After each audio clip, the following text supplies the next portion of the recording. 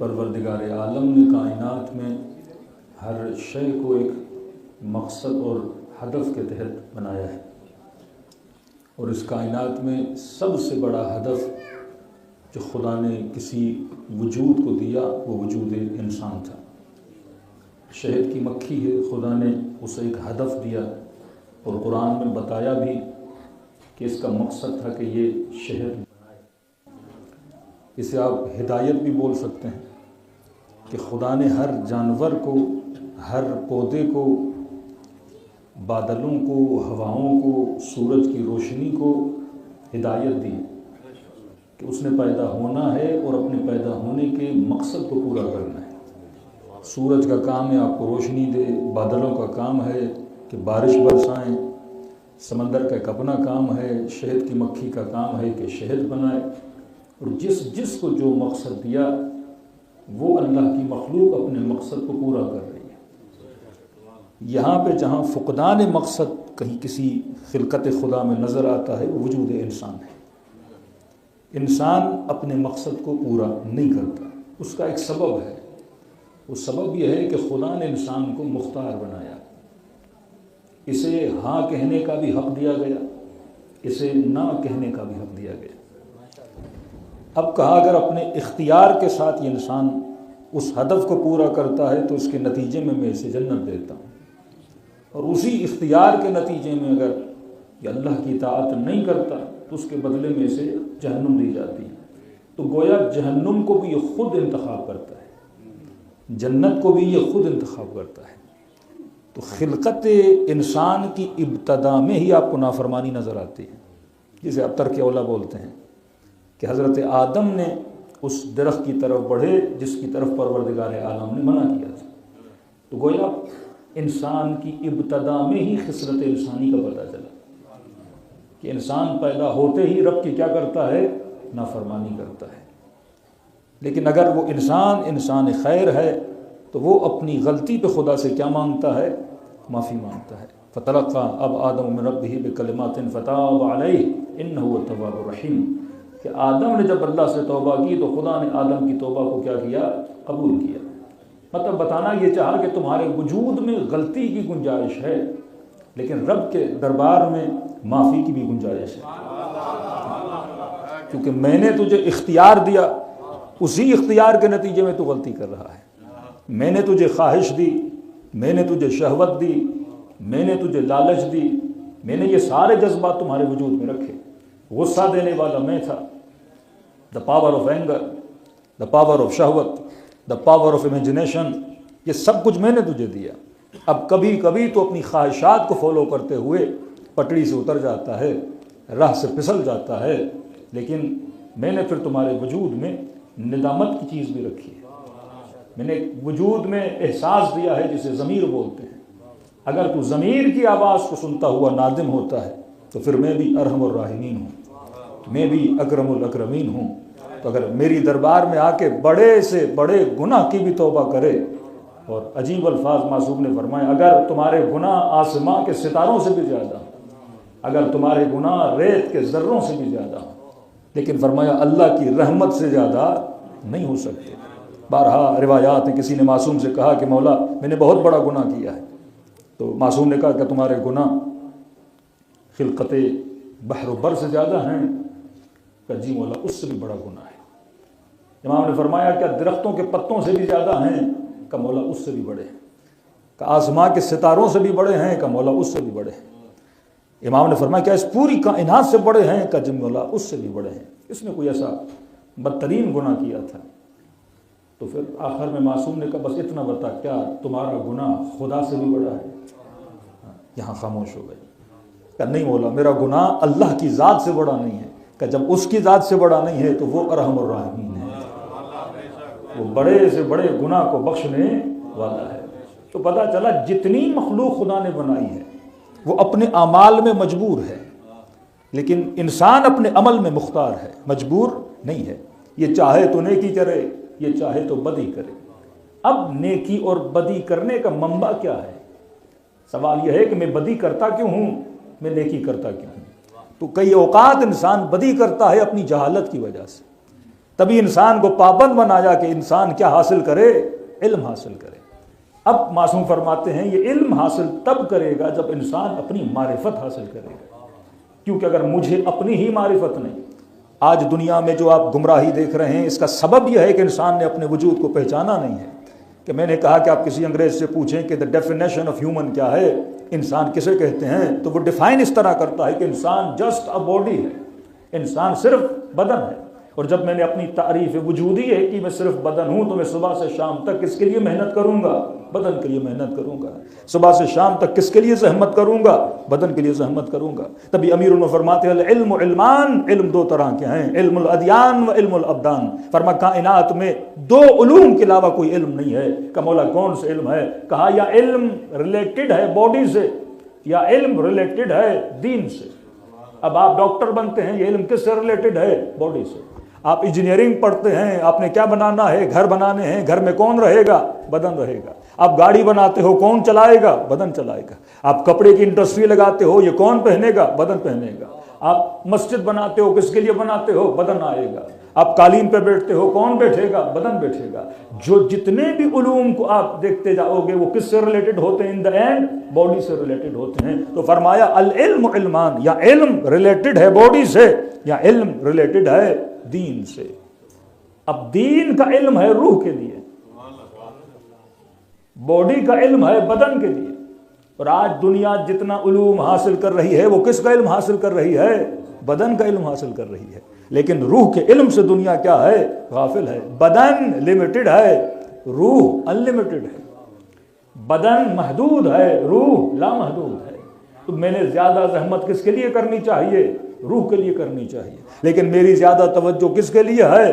بدن پر توجہ ہے۔ ہم یہ تو سوچتے ہیں کہ میرے بچے کے لیے اسکول اچھا ہونا چاہیے، رہائش اچھی ہونی چاہیے، گھر اچھا ہونا چاہیے، لیکن میں نے کتنا سوچا کہ مرنے کے بعد میرے بچوں کو جنت میں جانے کی بھی ضرورت ہے، وہاں کے لیے بھی میں اس کا کوئی بندوبست کروں۔ کہ فرمایا الذی جمع مالہ وعددہ، اللہ کہتا ہے میں ایسے لوگوں کو جہنم کی ایندھن بنا دوں گا جو دنیا میں مال کما تو رہے ہیں لیکن فکر یہ رہی کہ مال سے مال بناؤں، پھر مال سے مال بناؤں، پھر مال سے مال بناؤں۔ جو تعدد اموال میں لگ گیا، ایک گھر لیا کا پھر دوسرا گھر لوں، پھر تیسرا گھر لوں کا پھر چوتھا گھر لوں، پوری زندگی اس میں لگ گئی کہ میں نے گھر ہی گھر بنانے ہیں۔ فرمایا ایسے لوگوں کو میں جہنم کی ایندھن بنا دوں گا، کیونکہ یہ دنیا بنا رہا تھا برائے دنیا، یہ دنیا نہیں بنا رہا تھا برائے آخرت۔ ایک ہدف تو ہونا چاہیے۔ اور فرمایا کہ من ثقلت موازینہ فہو فی عیشۃ راضیہ، عیش کرے گا وہ بندہ جس کا آخرت میں وزن بھاری ہوگا، بدن کا وزن نہیں، عمل کا وزن بھاری ہوگا۔ اور یہ قرآن کی بڑی عجیب اصطلاح ہے، فی عیشۃ راضیہ، کہا وہ عیش کرے گا جس عیش میں یہ راضی رہے گا۔ دنیا میں جو عیاشی بندہ کرتا ہے آخر میں شاید راضی بھی نہ ہو، لیکن وہاں کی عیاشی میں کیا ہے؟ رضایت پائی جاتی ہے۔ لیکن فرمایا من خفت موازینہ فامہ ہاویہ، پھر وائے ہے اس انسان پر جس کا اعمال کا وزن وہاں پر کیا ہے؟ کم ہو۔ حدیث رسول ہے، فرماتے ہر وہ بندہ جو مرتا ہے اس کے سامنے خدا کچھ چیزوں کو مجسم کر دیتا ہے۔ فرمایا گویا کوئی 3-4 بدن اس کے سامنے کھڑے ہو جاتے ہیں۔ اب کیونکہ مر گیا، دنیا سے ہاتھ کٹ گیا، مجبور بھی ہے، لاچار بھی ہے، ضرورت مند بھی ہے، تو دیکھتا ہے کہ 4 بدن کھڑے ہیں۔ پہلا بدن اٹا کٹا، تو خوشی خوشی سے پوچھتا ہے کہ جناب آپ کھڑے ہو، پہلے تعارف کرواؤ، ہو کون؟ پھر یہ بتاؤ کہ آپ میری مدد کتنی کرو گے، کہاں تک کرو گے، میں بڑا مجبور ہوں۔ تو یہ بدن کہے گا کہ میں آپ کا کمایا ہوا مال ہوں جس پہ آپ نے دن رات لگا دیا، اور ماشاءاللہ دیکھو ہٹا کٹا بھی ہوں، موٹا بھی ہوں۔ تو پوچھے گا اے مال کہاں تک میری مدد کرو گے؟ تو یہ کہے گا کہ مالک میں آپ کے لیے کفن لے لوں گا، ایمبولنس کا بندوبست کر لوں گا، قبرستان کی قبر کا بندوبست کر لوں گا، مرنے کے بعد جو لوگ آپ کے جنازے پہ آئے تھے ان کے کھانے کا بندوبست ہو جائے گا۔ کہ بھائی قبر کے بعد کہ وہاں میری رسائی نہیں ہے، بس یہاں تک۔ کہتے ہیں مایوس ہو جائے گا، اتنا موٹا ایسے کیا تو یہ میرے کس کام کا؟ یہ چھوٹا سا کفن اور قبر اور 4 لوگوں کو کھانا کھلا دے گا۔ دوسرے بدن کو دیکھے گا، وہ بھی اس کی طرح موٹا ہوگا۔ پوچھے گا بتاؤ تم کون ہو؟ تو کہیں گے بابا ہم تمہاری اولاد ہیں، جس کے لیے آپ نے اتنا پسینہ بہایا، جس کے لیے آپ نے اتنی محنت کی، پڑھایا لکھایا پہنایا، بہترین گھر دیا، سواریاں دیں، صبح سے شام تک اولاد پہ لگا لیا، پوچھے گا میرے بچوں کہاں تک میرے ساتھ چلو گے؟ تو کہیں گے بابا بس آپ کے جنازے کو کاندھا دیں گے، قبر میں اتاریں گے، ایک تلقین پڑھا دیں گے، بس اتنا کر سکتے ہیں کہ آگے جو اتنا میرا لمبا سفر ہے جو میں دیکھ رہا ہوں کہ وہاں تک ہماری رسائی نہیں ہے۔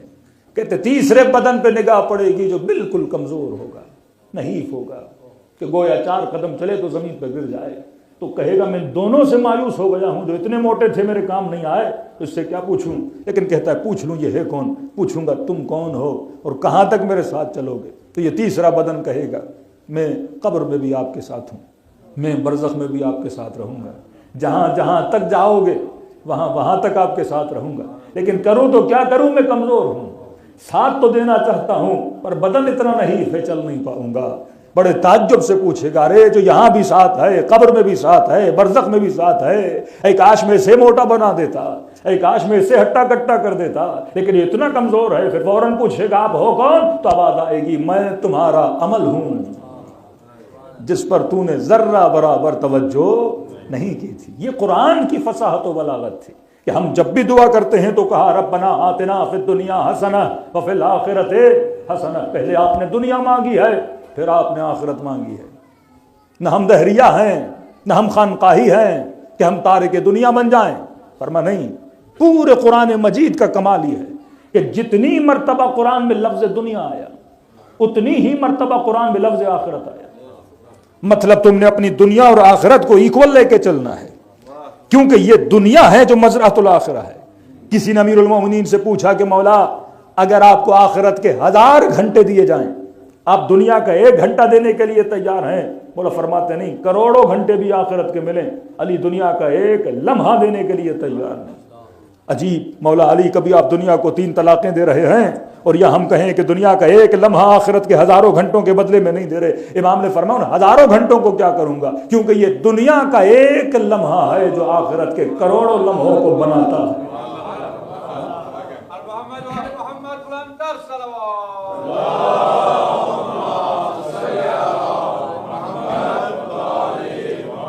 پانی ذرا نارمل ہوگا، ٹھنڈا بہت ہے، پہلے سے گلا خراب ہے۔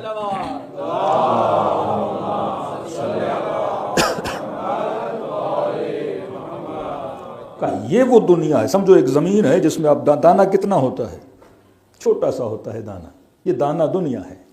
جب زمین میں ڈالتے ہو آپ یاری کرتے ہو پھر اس دانے سے کتنا بڑا درخت نکلتا ہے۔ کہ آج ایک چھوٹے بچے سے کہو کہ بیٹا یہ جو اتنا بڑا درخت یہ ایک دن کیا تھا، دانہ تھا، کوئی بلیو نہیں کرے گا جب تک اسے پورا پروسیس دکھاؤ نہیں۔ یہ پروسیس جب انسان سمجھ جائے، کبھی کہا کہ وقت کی قیمت، لمحوں کی ارزش جانو۔ جب انسان بڑھاپے میں آتا ہے تو پھر کہتا یا لیت الشباب متی یعود، اے جوانی کب واپس آؤ گی؟ جوانی واپس آنے کا نام نہیں ہے۔ یہ لمحے جب گزارتے ہو اس سے کیا بنتی ہے؟ ہماری آخرت بنتی ہے۔ تو مومن اپنی دنیا کو بھی توجہ دے، مومن اپنی آخرت کو بھی توجہ دے، لیکن گول اس کا اتنا بڑا ہو کہ میں دنیا میں جی رہا ہوں کس مقصد کے لیے؟ آخرت کے مقصد کے لیے۔ اب یہ مقصد تب تک عیاں نہیں ہوگا جب تک انسان اپنے وجود کو پہچانے نہیں۔ معصوم فرماتے من عرف نفسہ فقد عرف ربہ، جس نے خود کو پہچانا اس نے خدا کو پہچانا۔ اب دین ہم تک پہنچا قرآن کے ذریعے۔ قرآن ہے عربک میں، عربک ہر کسی کو آتی نہیں، اور جب مترجمین نے ترجمہ کیا تو لفظ بلفظ ترجمہ کیا۔ اب مفاہیم بڑے محدود ہو گئے۔ اردو کا ترجمہ، اب مقصد خلقت ہے کہ وما خلقت الجن والانس لا یعبدون، ہم نے انسانوں اور جنوں کو خلق کیا کس چیز کے لیے؟ عبادت کے لیے۔ اب ایک ہے لفظ، ایک ہے اس کا تصور۔ جیسے میں کہتا ہوں شیر تو آپ کے ذہن میں جنگل کا شیر آتا ہے، جب میں کہتا ہوں گدھا تو آپ کے ذہن میں جنگل کے گدھے بھی آتے ہوں گے اور کچھ انسان نما شاید گدھے بھی آتے ہوں۔ ایک لفظ ہے، اس کا کیا ہے؟ مفہوم ہے۔ اسی طرح جب میں کہتا ہوں عبادت تو آپ کے ذہن میں کیا آتا ہے؟ پہلا تصور نماز، حج، عمرہ، روزہ، زکوٰۃ۔ تو آپ نے عبادت کو کتنا محدود کر دیا۔ اب ترجمہ کریں کہ ہم نے انسانوں اور جنوں کو خلق کیا صرف کس کے لیے؟ عبادت کے لیے۔ اور آپ نے کہا کہ عبادت از ایکول ٹو نماز. اس کا مطلب میں نے صرف اور صرف کیا کرنا ہے؟ نماز پڑھنی ہے. اب سوال ہے از اٹ پاسبل کہ میں 24 گھنٹہ نماز پڑھوں، میں روز حج کروں، میں روز عمرہ کروں؟ جب پاسبل نہیں تو ڈیمانڈ کیسے کر دے خدا پروردگار؟ دیکھو ڈیمانڈ اسی چیز کی ہوتی ہے، لا یکلف اللہ نفسا الا وسعها، مانگا وہ جاتا ہے جو بندہ کر سکے. اگر میں 24 گھنٹہ مصلی پہ بیٹھ جاؤں کہ بیوی بچوں کے لیے کمانے کون جائے گا؟ اگر 24 گھنٹہ میں حج پہ جاؤں، پہلی بات اس حج پہ جانے کے لیے پیسہ بھی تو چاہیے کہ نہیں. نماز پڑھوں تو بدن میں کچھ جائے گا تو طاقت ہوگی کہ اٹھوں گا اور بیٹھوں گا. تو خدا کیسے ایسی ڈیمانڈ کر سکتا ہے جو پاسبل؟ اس کا مطلب میں نے عبادت کو سمجھا ہی نہیں ہے. جسے خدا عبادت سمجھ رہا ہے اسے میں عبادت نہیں سمجھ رہا. جیسے ہمارے اکثریت شیعوں کو تبرع کا پتہ ہی نہیں ہے. مفہوم تبرع کا مطلب کیا ہے؟ مطلب اہل بیت کے دشمنوں سے اظہار بیزاری، یہ تبرع ہے. اب کس سے اظہار بیزاری؟ ان کی عادات سے اظہار بیزاری، ان کی صفات سے اظہار بیزاری. اب میں یزید پہ لعنت تو بھیجوں پر خود شراب پیتا رہوں تو یہ کیسی اظہار بیزاری ہے؟ میں دشمن علی سے اظہار بیزاری تو کروں لیکن اس کی صفات میرے اندر ہوں. تو اظہار بیزاری کا مطلب تبرع ہے. لیکن بعض لوگوں نے تبرع کے مفہوم کو کیا کر دیا؟ چھوٹا کر دیا. ہم علم منطق میں اس طرح سمجھاتے ہیں کہ آپ ایک بہت بڑا سرکل بنائیں، اس سرکل کے اندر اوپر لکھیں مثلا تبرع، دوسرا سرکل بنائیں اس کے اندر لکھیں تولا. اب تولا کیا ہے، تبرع کیا ہے، اور نیچے تیسرا سرکل بنائیں اس پہ اپنا نام لکھو. اب تبرع کے سرکل میں جتنے دشمنان اہل بیت ہیں سب کے نام لاؤ جو آپ کو یاد ہیں. اب یزید ایک شخص کا نام ہے اور ہم یزید سے نفرت کیوں کرتے ہیں؟ کیونکہ وہ صفات رذیلہ کا مالک تھا. جتنے دشمنان اہل بیت تھے، یا ظالم تھے، یا جھوٹے تھے، یا زانی تھے، یا شرابی تھے، یا کافر تھے، یا مشرک تھے، یہ صفات ہیں ان کے اندر. اب بجائے اس کے اس کا نام لکھو، اس کی صفات لکھنا شروع کر دو. ابن ملجم کی صفت شہوت ران. امام حسن کو جو چھوڑ کے گیا، رشتہ دار ہے نا، چھوڑ کے گیا امام حسن کو، 8000 کا لشکر امام حسن کا لے کر چلا گیا 1 ملین درہم کی لالچ میں. اس کا نام لکھو. امام حسین کو شمر جیسے لوگوں نے دغا دی، قاضی شریح جیسے لوگوں نے دغا دی، کیوں دی؟ ان کی صفات پا کے لکھو. بڑے بڑے پڑھے لکھے لوگ تھے لیکن کہاں پہ مار کھا رہے تھے؟ ایک صفت کی وجہ سے. وہ تبرع کے سرکل میں ساری صفات کو جمع کرو. اب لاؤ تولا کا سرکل. تولا کا مطلب جن سے میں نے محبت کرنی ہے. اب سوال ہے میں نے امیر المومنین سے محبت کیوں کروں؟ کیونکہ علی نمازی ہیں، کیونکہ علی امام المتقین ہیں، کیونکہ علی بہادر ہیں، میدان میں ڈٹ کے لڑنے والے ہیں، مرد بھی ہیں، کرار بھی ہیں، غیر فرار بھی ہیں.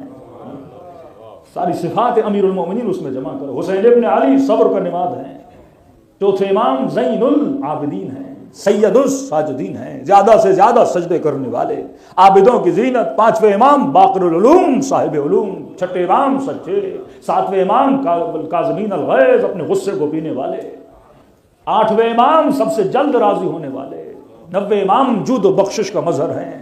جتنی صفات ہیں اس سرکل میں لا کے کیا کرو؟ جمع کرو. اب اس میں امام بھی ہیں، اصحاب امام بھی ہیں، سب کی صفات لاؤ اور نیچے لکھو اپنا سرکل. اب دیکھو تبرع والی صفات تیرے اندر کتنی ہیں، تولا والی صفات تیرے اندر کتنی ہیں. پتہ چل جائے گا کہ مجھ میں تبرع کتنا ہے اور تولا کتنا ہے.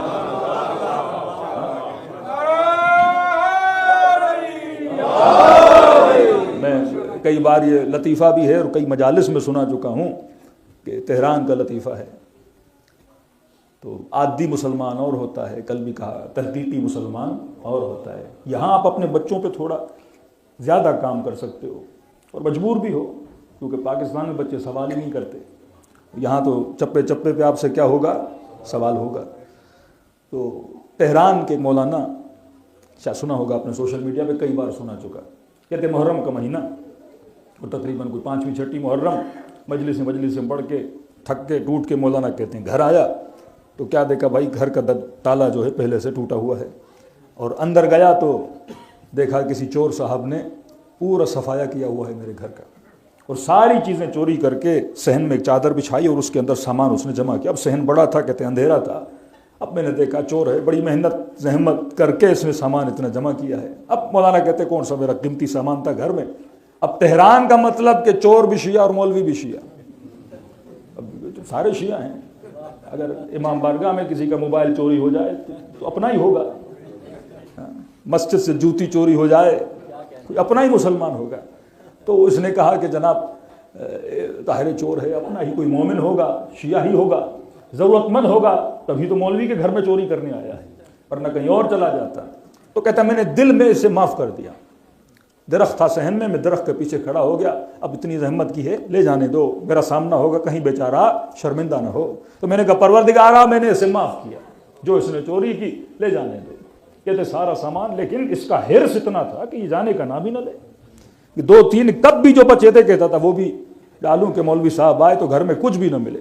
کا قالین، قالیچے، کپ، برتن، جو کچھ سے ملا اس نے اس چادر میں جمع کیا. بندے خدا یہ بھی نہیں دیکھ رہا کہ وزنی ہوگی، اٹھا بھی سکو جتنا مال جمع کر رہے ہو. اس نے پھر چادر کو بند کیا اور جب ایک بار زور لگایا نہیں اٹھا پائے، 2 بار زور لگایا نہیں اٹھا پائے. مولانا کہتے ہیں کبھی کبھی دل میں آیا آگے بڑھوں، اس کی مدد بھی کروں، لیکن کیا کروں پھر شرمندہ نہ ہو جائے، دیکھ کے بھاگ نہ جائے. کہتا بڑا زور لگایا لیکن چادر نہیں اٹھی. تیسری بار جب اس نے زور لگایا تو کہا یا علی مدد. آدھی شیعہ جسے ماں نے یا علی مدد تو سکھایا پر سلیقہ نہیں سکھایا، طریقہ نہیں سکھایا.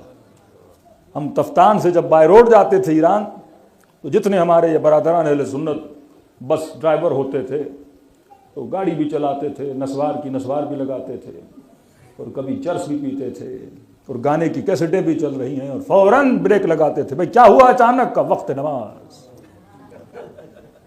فوراً اٹھے اور وضو کیا، نسوار پھینکی اور اللہ اکبر. پھر نماز ختم ہوئی، بس میں پھر وہی گانے کی کیسٹ، پھر وہی چرس کا سگریٹ، پھر بس چلنے لگی. نماز تو مولوی نے سکھائی پر یہ نہیں سکھایا کہ نماز پڑھنے والے کے اندر صفت کیا ہونی چاہیے. یہ کوے کی نماز نہیں ہونی چاہیے کہ ماتھا جھکا تو رہا ہے پر ماتھے جھکانے کے مقصد کا پتہ نہیں ہے، وسلموا تسلیمہ کی منزل کا پتہ نہیں ہے. کہ جیسے کہا یا علی مدد تو مولانا کہتے ہیں اب ضبط ٹوٹ گیا میرا. ایک تو چوری، پھر امیر المومنین کا نام لے کے چوری. کہتا فوراً درخت کے پیچھے سے نکلا، او چور صاحب. وہ پریشان ہو گیا، کہا میں نے حسین حسین کر کے جمع کیا، تو ایک یا علی کر کے سارا لے جا رہا ہے. کہتا چور پریشان ہو گیا. میں نے کہا سارا سامان تیرا ہوا، ایک چائے کا کپ میرے ساتھ پی لے، پھر سامان لے جا. پولیس کو بھی نہیں بلاؤں گا. کہ ڈرا ہوا، ہاپا ہوا، کانپتا ہوا کمرے میں آیا. کہ ایک تھوڑا قالین دے دو، کوئی سماور بھی دے دو میرا کہ ہم تھوڑی چائے بنا دیں. کہ چائے بنائی، چور کو بٹھایا. میں نے کہا دیکھو چوری کرو لیکن علی کا نام لے کے نہ کرو. کہ تو یا علی مدد کہہ رہا ہے، امیر المومنین کا ماننے والا ہے، تجھے یہ علم نہیں کہ علی کا نام نجاستوں میں نہیں لیا جاتا، علی کا نام طہارتوں میں لیا جاتا ہے. تو جن کو تمیز نہیں حسین کے گلے پہ چھری چلا رہے تھے اور نعرہ تکبیر لگا رہے تھے، کیونکہ جن کو رب کی معرفت نہیں ہے. وہ انسان ہے جس نے اپنی معرفت حاصل نہیں کی ہے. یہاں بڑے سے بڑا پروفیسر ہوگا لیکن اسے نہیں پتا.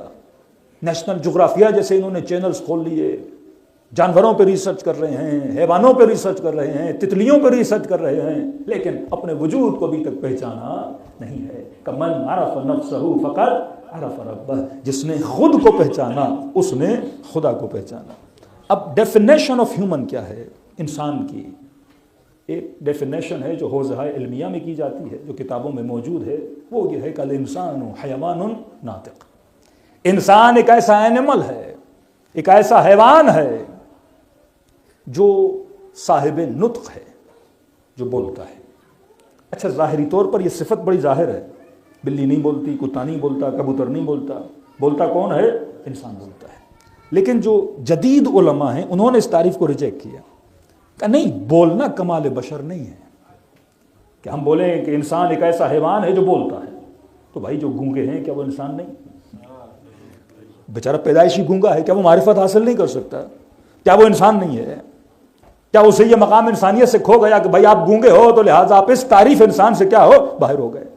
اور کہ اگر بولنا کمال بشر ہوتا تو طوطا بھی تو بولتا ہے، کئی طوطے 2000 ورڈز، کئی طوطے 500 ورڈز بولتے ہیں، مختلف طوطے ہیں. تو انہوں نے ایک اور تعریف کی جو واقعی پرفیکٹ تعریف ہے کا ڈیفینیشن آف ہیومن کیا ہے. فرمایا انسان، یہ اپنے بچوں کو یاد کرائیے، یہیں سے سلسلہ معرفت شروع ہو جاتا ہے کہ مجھ میں اور شیر میں، مجھ میں اور بلی میں، مجھ میں اور گدھے میں، مجھ میں اور ایک کبوتر میں، مجھ میں اور ایک تتلی میں، مجھ میں اور ایک چڑیا میں کیا فرق ہے.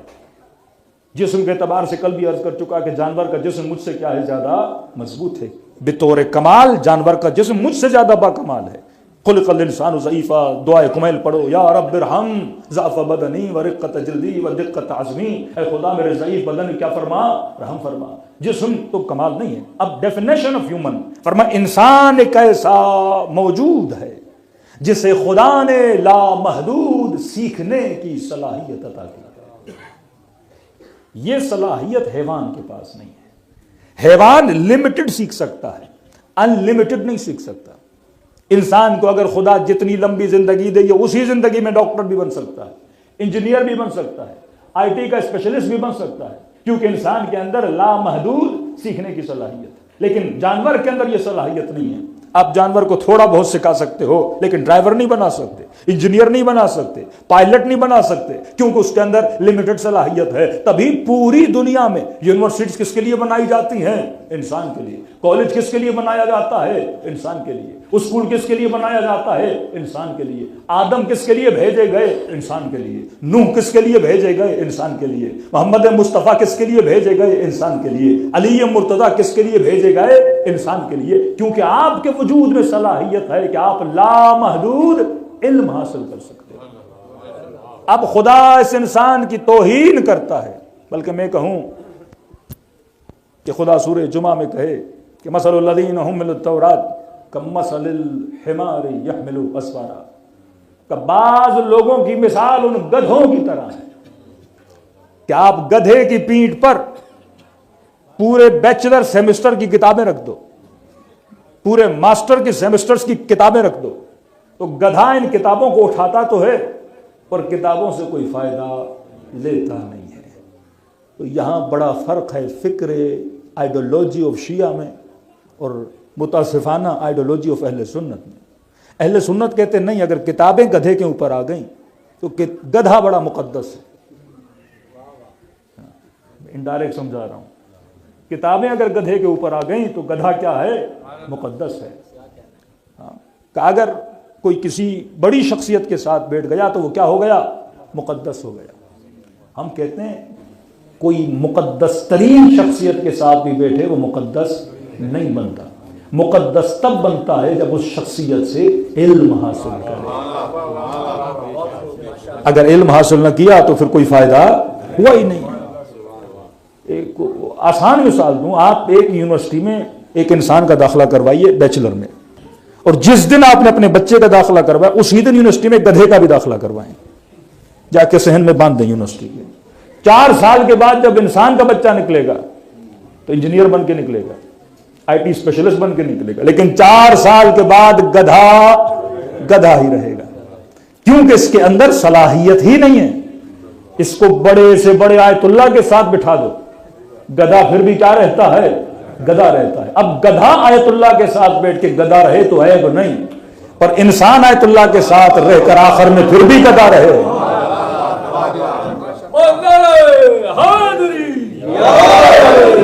کچھ لوگ ایسے تھے جو نبیوں کے ساتھ رہے پر علم حاصل نہ کیا، اور کچھ لوگ ایسے تھے جو نبی کے ساتھ رہے سلمان بن کے باہر نکلے، بے زر تھے ابو ذر بن کے باہر نکلے، کچھ حبیب بن کے حسین بن علی کی صحبت میں. تو زہیر نے ثابت کیا کہ میں انسان ہوں، غور نے ثابت کیا کہ میں انسان ہوں، اور شمر نے ثابت کیا کہ میں گدھے اور جانور سے بدتر ہوں، کیونکہ صلاحیت ہدایت تھی پر صلاحیت نہیں پائی. یہاں وہ آئیڈیالوجی نکلتی ہے کہ مثلا بھائی کسی نے عجیب ہے یہ آئیڈیالوجی، عجیب ہے، اور پوری امت مسلم اس آئیڈیالوجی پہ چل رہی ہے. جناب مختار کس قبیلے سے تھے؟ ثقفی. اہل سنت کی یہاں ہے کہ پورا قبیلہ یہ بنی ثقیف صحابی ہے، کیونکہ نبی جب آخری حج پہ گئے تو اس قبیلے کا جو 4 سال کا بچہ بھی تھا وہ بھی حج پہ گیا. سب نے کہا نبی کا آخری حج ہے تو عورتیں مرد سارے بچہ گیا. تو انہوں نے کہا کیونکہ یہ مثلا صاحب گئے تھے اور 4 سال کے تھے، اور نبی نے جب خطبہ دیا ہوگا یا حج پہ گئے ہوں گے تو اس بچے نے رسول کو دیکھا ہوگا، تو یہ بھی کیا بنا؟ صحابی بنا۔ اب اس بچے کا بھی احترام کیا بنا؟ واجب بنا، کیونکہ اس نے صرف اور صرف کیا کیا تھا؟ رسول کو دیکھا تھا۔ ہماری آئیڈیالوجی یہ نہیں ہے کہ دیکھا تھا تو محترم ہے، ہمارا یہ ہے اس نے رسول سے علم حاصل کیا، اور صرف علم حاصل نہیں کیا، اس علم پر عمل کیا، تب جا کے یہ کیا بنتا ہے؟ محترم بنتا ہے۔ اس طرح تو شمر نے بھی حسین کو دیکھا، محترم نہ بنا۔ ابن سعد نے بھی حسین کو دیکھا، محترم نہ بنا۔ وہ 1400 سال پہلے حسین کو دیکھ کر بھی ملعون بنا، اور آج کا مومن 1400 سال کے بعد فرش عزا پہ بیٹھ کر بھی صاحب رحمت بنا۔ کسی کو دیکھنا کمال نہیں ہوتا، یہ اتنی الوجیکل بات ہے، جبکہ قرآن نے بار بار کہا۔ یہ چھوٹی سی صورت ہے، کبھی بھی کسی اپنے بھائی اہل سنت کے ساتھ بیٹھیں تو آسان سی چیزیں یاد کر لیا کریں جو عقل کے ساتھ میچ بھی کریں اور اگلا بندہ اس کو ایکسیپٹ بھی کرے۔ والعصر، قسم ہے زمانے کی۔ اچھا، پورے زمانے کی قسم ہے یا زمانے کے کسی حصے کی قسم ہے؟ فجر، ظہر، عصر، مغرب و عشاء، 5 زمانے ہو گئے نا، اور خدا کس زمانے کی قسم کھا رہا ہے؟ عصر۔ کبھی کہتا ہے والفجر، تو پتا چلا قسم پورے کی نہیں کھائی جا رہی، قسم خاص حصے کی کھائی جا رہی۔ تو ترجمہ اس طرح نہیں ہوگا کہ مجھے قسم ہے زمانے کی، پہلے سوال ہو کہ عصر کی قسم کیوں کھائی؟ کیونکہ وقت عصر وہ زمانہ ہے جو بہت جلدی گزر جاتا ہے، ابھی ہم عصر کے وقت میں ڈھل رہے ہیں، تو ترجمہ یہ ہوگا مجھے قسم ہے اس زمانے کی جو بہت جلدی گزر جاتا ہے، مطلب یہ دنیا کا وقت۔ والعصر ان الانسان لفی خسر، بتحقیق کہ سارے انسان خسارے میں ہیں۔ قرآن جب بھی بات کرتا ہے، یہ کمال قرآن ہے، اس طرح سے آپ تفسیر قرآن سیکھ جائیں گے، اور اسی ترتیب سے اگر آپ قرآن پڑھیں تو آپ کو بہت لذت ملے گی۔ قرآن پہلے مجمل بات کرتا ہے، پھر مفصل بات کرتا ہے۔ پہلے کہا کہ سارے انسان خسارے میں ہیں، تو آپ کے ذہن میں پیدا ہوگا میں بھی خسارے میں ہوں۔ سارے انسان میں انبیاء بھی ہیں، اولیاء بھی ہیں، امام بھی ہیں، ائمہ بھی ہیں، اصحاب بھی ہیں، تابعین بھی ہیں، کیسے سارے انسان خسارے میں؟ قسم ہے زمانے کی کہ سارے انسان خسارے میں۔ پھر سوال کرو خود سے، پروردگارا کیا سارے انسان خسارے میں ہیں؟ اللہ جواب دے گا الا الذین آمنوا، فرمان نہیں، سارے نہیں، وہ خسارے میں نہیں جو صاحبان ایمان ہیں۔ اب بعض ہمارے مسلمان یہیں تک رک جاتے ہیں کہ مثلا ابو سفیان نے کلمہ پڑھا، خسارے سے نکل گیا۔ وہ تو یہی کہتے ہیں نا، جس نے کہا اشہد ان لا الہ الا اللہ واشہد ان محمدن رسول اللہ، کہ یہ مسلمان بن گیا، صاحب ایمان بن گیا، تو لہذا خسارے سے کیا ہو گیا؟ نکل گیا۔ قرآن بھی یہ کہتا ہے پروردگارا کیا صرف ایمان لانا کافی تھا؟ میں صرف کہوں اشہد ان لا الہ الا اللہ واشہد ان محمد رسول اللہ تو میں خسارے سے نکل گیا؟ اسپیشلی آپ کی کنٹریز میں خدا نخواستہ کسی کی بچی کو کسی انگریز پہ دل آ گیا اور کہا کہ میں نے شادی کرنی ہے، تو مولانا نے کہا نکاح نہیں ہو سکتا۔ کہ نہیں مولانا، کلمہ پڑھے گا، ایسے تھوڑی نکاح ہوگا۔ تو کسی الیگزینڈر صاحب کو آپ نے کلمہ پڑھا دیا اور اس نے کہا اشہد ان لا الہ الا اللہ واشہد ان محمد رسول اللہ، مولانا نے کہا نکاح پڑھا پڑھو، کلمہ پڑھا لیا۔ قرآن کہتا نہیں ساری چیزیں ہوں، صرف یہ نہیں کہ الا الذین آمنوا کہا، تو کلمہ تو ابو سفیان نے بھی پڑھا تھا، کلمہ تو کئی مکے والوں نے بھی پڑھا تھا، تو پھر تم شیعہ مانتے کیوں نہیں؟ اگر اس کے کلمے کو مانو تو پھر یہاں والوں کے بھی کلمے کو ماننا شروع کر دو۔ کہ الا الذین آمنوا کا صرف ایمان نہیں، وعملوا الصالحات، ایمان لایا ہے تو عمل صالح بھی کرے۔ یہ نہیں کہ لڑکا شادی کرنا چاہتا ہے اب نکاح کے لیے صرف کلمہ پڑھا دے، لڑکی شادی کرنا چاہتی ہے صرف نکاح کے لیے کلمہ پڑھا دے۔ ہماری بڑی بڑی بزنس کمیونٹیز، بیٹوں نے ہندو لڑکیوں سے شادیاں کر لی، لڑکیوں نے ہندو لڑکوں سے شادیاں کر لی، صرف مولوی صاحب کو کہا کلمہ پڑھ لیا ہے، کہ صرف کلمہ نہیں، الا الذین آمنوا وعملوا الصالحات، کلمہ پڑھا ہے تو ساتھ میں عمل صالح بھی انجام دے۔ اب پروردگارا کلمہ بھی پڑھ لیا، عمل صالح بھی انجام دے دیا، یہ دو صورتیں بڑی آسان ہیں، کلمہ بھی پڑھ دیا، عمل صالح بھی انجام دے دیا، کیا خسارے سے نکل گئے؟ تو ابن ملجم نے کلمہ بھی پڑھا، نمازی بھی تھا، خوارج نے کلمہ بھی پڑھا، حافظ قرآن بھی تھے، ابن سعد نے کلمہ بھی پڑھا، نماز جماعت میں پیش امام بھی تھا،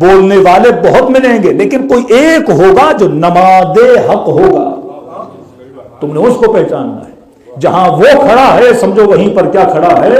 حق کھڑا ہے. اسے کہتے ہیں مؤمن صاحب بصیرت. جن کے اندر بصیرت تھی وہ کبھی گمراہ نہیں ہوئے. تو والعصر ان الانسان لفی خسر الا الذین آمنوا صاحب ایمان ہو وعملوا الصالحات صاحب عمل ہو وتواصوا بالحق حق کا ساتھ دے. لیکن چوتھی صفت بڑی عجیب ہے کہ راہ حق پہ کوئی چل ہی نہیں سکتا جب تک وتواصوا بالصبر نہ ہو.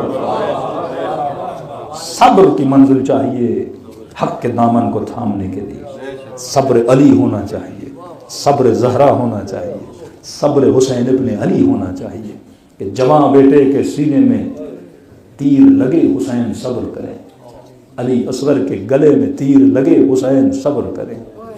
کہ مولا حسن فرماتے ہیں کہ جب بی بی کے اوپر دروازہ گرایا گیا اور امیر المؤمنین کے ہاتھوں میں رسیاں باندھی, کہتے ہیں جب یہ علی کو لے کر جا رہے تھے تو امیر المؤمنین کے دامن کو سیدہ زہرا نے تھاما اور کسی لعین غلاف شمشیر سے بی بی زہرا کے بازو پہ مارا.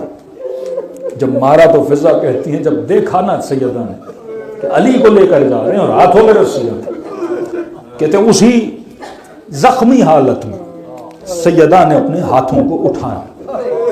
کہتے امیر المؤمنین نے جیسے بی بی کے ہاتھوں کو دیکھا فوراً آواز دی, نبی کی بیٹی بد دعا نہ کرنا, بد دعا نہ کرنا, کیونکہ آپ کے بابا کی وصیت ہے کہ علی صبر کرنا, آپ بھی صبر کریں کیونکہ بد دعا کریں گے اس امت کا ایک فرد باقی نہیں رہے گا. وہی ابا عبداللہ الحسین جب علی اصغر کا خون ہاتھوں میں آیا, کہتے ہیں پھینکنا چاہا, آسمان نے کہا حسین بارش کا قطرہ نہیں بہے گا, زمین نے کہا حسین اناج کا دانہ نہیں ہوگے, وہ پورا خون حسین نے اپنے ریش مبارک پہ لگا دیا. میرے عزیز یہ راہ صبر کی راہ ہے, یہاں لاشیں اٹھانا پڑتی ہیں. آج حق شناس بنو کہ حق کہاں ہے باطل کہاں ہے. دلوں کو کربلا کی طرف روانہ کرے اور سلام کرے ان ہستیوں جن کے صبر کی بدولت آج ہماری نسلوں کو ہدایت مل رہی ہے. السلام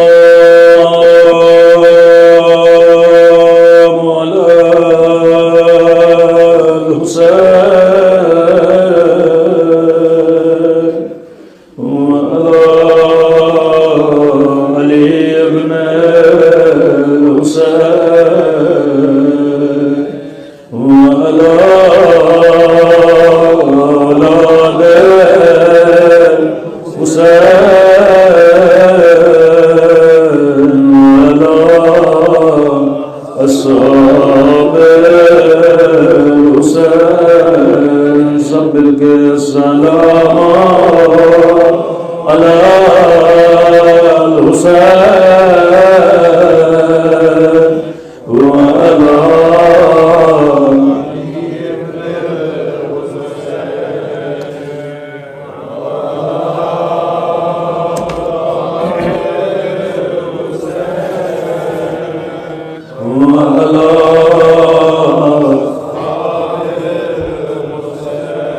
میرا سلام ہو اس درد بھرے منظر پہ جب زینب کی نظر حسین کی پامال لاش پہ پڑی نگاہوں کو آسمان کی طرف بلند کیا فریاد کر کے کہا میرے اللہ میرا حسین اس قابل تو تھا اس کے بدن پہ گھوڑے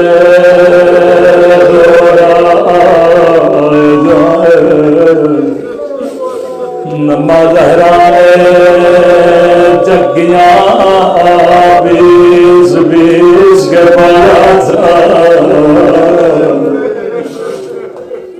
یہ نہیں اپنے ساتھ کے پاس آیا حسین کے بدن پہ گھوڑے دوڑائے، میں نے اپنے کانوں سے پسلیاں کی آواز سنی۔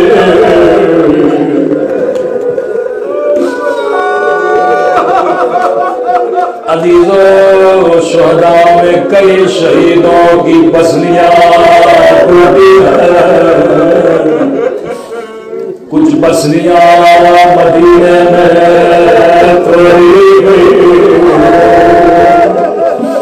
کچھ پسلیاں کربلا میں توڑی گئی،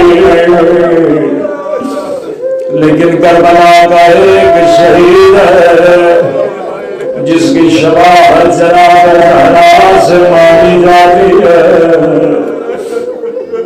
دو شہید ہیں جن کی پسلیاں کربلا میں توڑی گئی، ایک آپ نے سنا امام حسین، دوسرا شہید عمر 14 برس، دائیں طرف کے گھوڑے بائیں طرف چلے گئے، حسن کا یتیم تاثر۔ کسی نے پوچھا پسلیاں تو امام حسین کی بھی ٹوٹی، لیکن قاسم کی شفاعت بی بی زہرا سے کیوں ہے؟ کہتے ہیں کہ شفاعت کا کیسی شفاعت، کہاں مولا حسین کی پسلیاں ٹوٹی، لیکن حسین شہید ہو چکے تھے، اس کے بعد گھوڑے دوڑائے گئے، لیکن قاسم ابھی زندہ تھا۔ دائیں طرف بائیں طرف چلے گئے، بائیں طرف گلے دائیں طرف چلے گئے، زہرا بھی زندہ تھے۔ ظالم نے آگ بھرا، دروازہ گرایا، میں ہمیشہ دعا کرتا ہوں اللہ بچپن میں کسی بچے کو ماں کا جنازہ بلاخص بیٹے اپنے ماں سے بڑا پیار کرتے ہیں۔ اسما کہتی ہیں غسل دیا، کفن دیا، کہ اب بچوں سے کہو اماں سے خدا غافل کرے، جنازہ گھر کے صحن میں رکھا۔ کہتی ہیں بچے قمیصوں کو دانتوں میں جکڑے زاروں قطار ہوئے تھے، کہ بچوں آخری بار اماں سے خدا غافل کرو۔ یہاں حسن دور دور آگے بڑھے، اللہ کے چہرے کے بوسے زینب آگے بڑھے، ماں کے سینے سے لپٹ گئی، ام کلثوم آگے بڑھی، اماں کے قدموں سے لپٹ گئی، لیکن فضا کہتی ہے تو چھوٹا بچہ ہے، سر کو گھٹنے مٹی ہے، داروں کا دار کہنے لگی حسین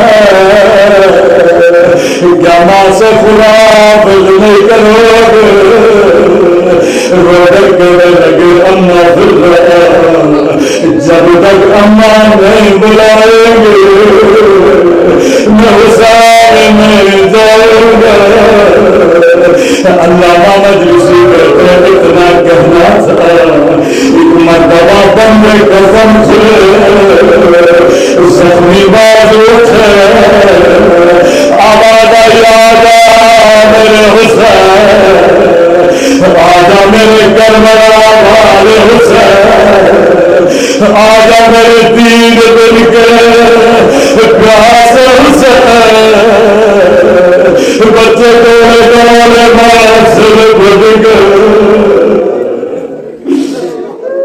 عرش الہی پہ قرآن بتا ہوا، جبرائیل نازل ہوئے، علی بچوں بنا سے جدا کرو، مولا دور دور آگے بڑھے، زینب کو سینے سے لگایا، حسین کو سینے سے لگایا، کبھی سر کا بھروسہ کبھی رخسانے کو پیار کرتے تھے۔ میں کہوں ہائے امام حسین آپ کی یتیم جب یتیم ہوئے بابا نے سینے سے لگایا، لیکن ہائے کربلا کربلا ایک 4 سالہ بچے جب یتیم ہوئے کسی نے سینے سے نہیں لگایا، کبھی شرر کے تماچے کبھی غالب کے تاڑ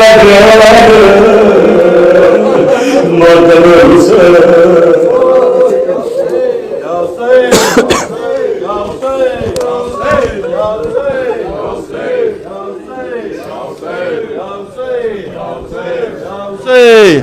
مومنی حلقہ بنا لے، ماتم کے لیے حلقہ بنا لے۔